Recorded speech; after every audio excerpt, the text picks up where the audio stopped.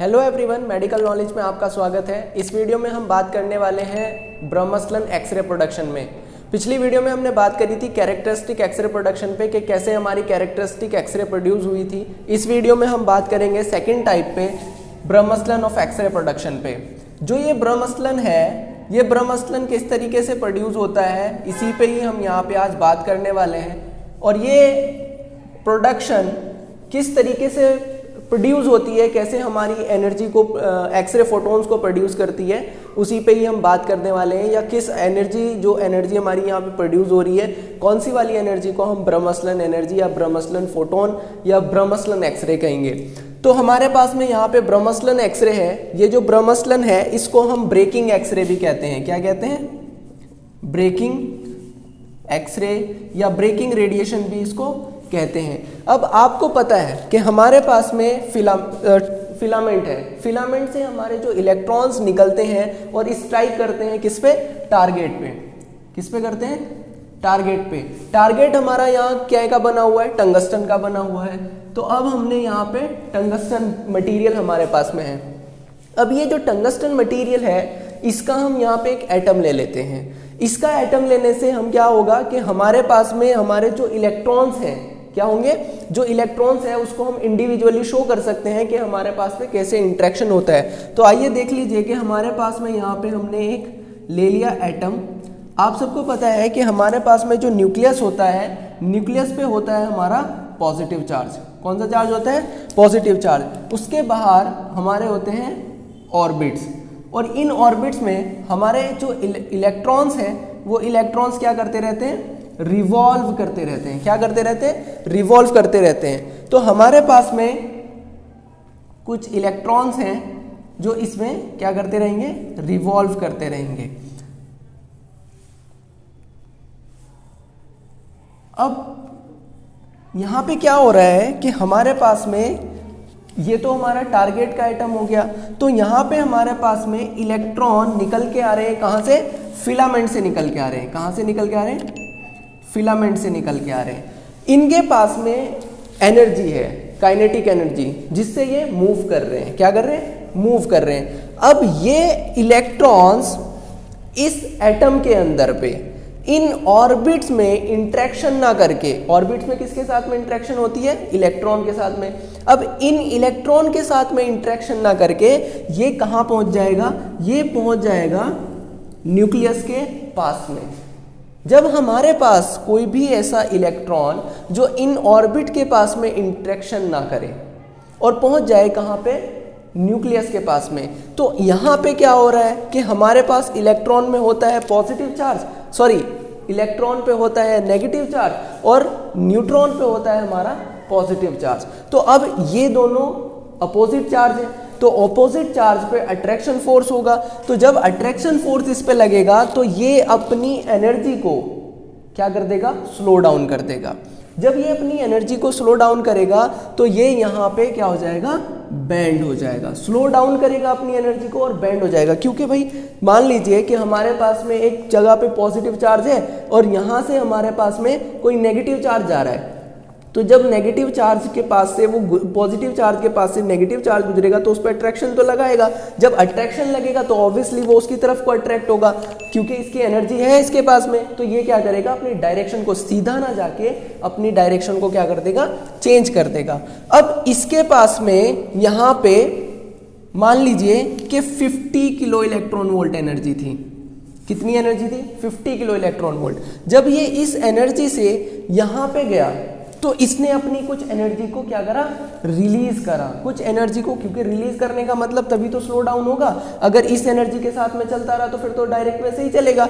लेकिन यहाँ पे क्या कर रहा है कि ये अपनी एनर्जी को क्या कर रहा है?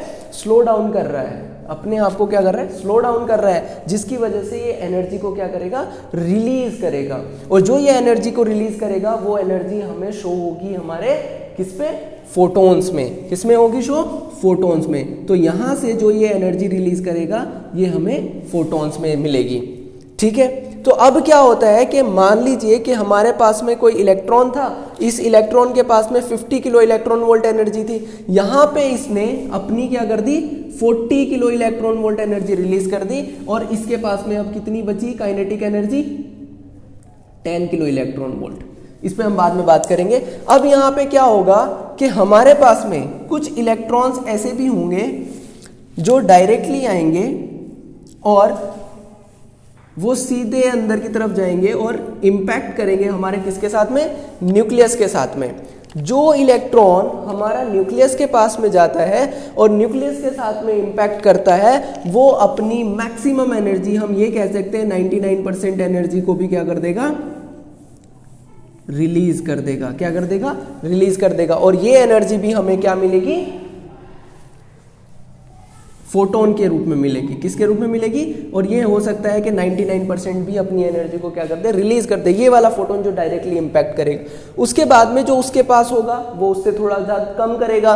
और जो अगर इसके मान लीजिए कि यहाँ पे एक इलेक्ट्रॉन और है, वो और थोड़ा दूर से यहाँ पे जा रहा है, तो ये भी करेगा एनर्जी, ये भी रिलीज करेगा, बट ये इतनी अमाउंट की एनर्जी रिलीज नहीं करेगा जितनी एनर्जी इन्होंने यहाँ से रिलीज करी है। तो यहाँ पे भी क्या होगी, एनर्जी रिलीज होगी, बट इतनी एनर्जी रिलीज नहीं होगी जितनी इन दोनों ने अपनी एनर्जी को रिलीज किया है। तो यहाँ पे होता क्या है कि हमारे पास में जो जितने पास में न्यूक्लियस के पास में हमारा इलेक्ट्रॉन होगा, वो उतनी ज़्यादा एनर्जी को क्या करेगा, रिलीज करेगा। और जितनी ज़्यादा एनर्जी को रिलीज करेगा उसकी उतनी ज़्यादा उसकी फ्रीक्वेंसी होगी और उतनी ही कम उसकी शॉर्ट वेवलेंथ होगी। मतलब जब शॉर्ट वेवलेंथ होगी तो उसकी पेनिट्रेशन पावर भी उतनी ही ज़्यादा होगी। अब यहाँ पे क्या होता है कि हमारे पास में जैसे मान लीजिए इसने अपनी एनर्जी इम्पैक्ट हुआ तो अपने पूरी एनर्जी कर दी, इसने अपनी energy 40 kilo electron volt energy कर दी, इसके पास में 10 किलो इलेक्ट्रॉन वोल्ट बची।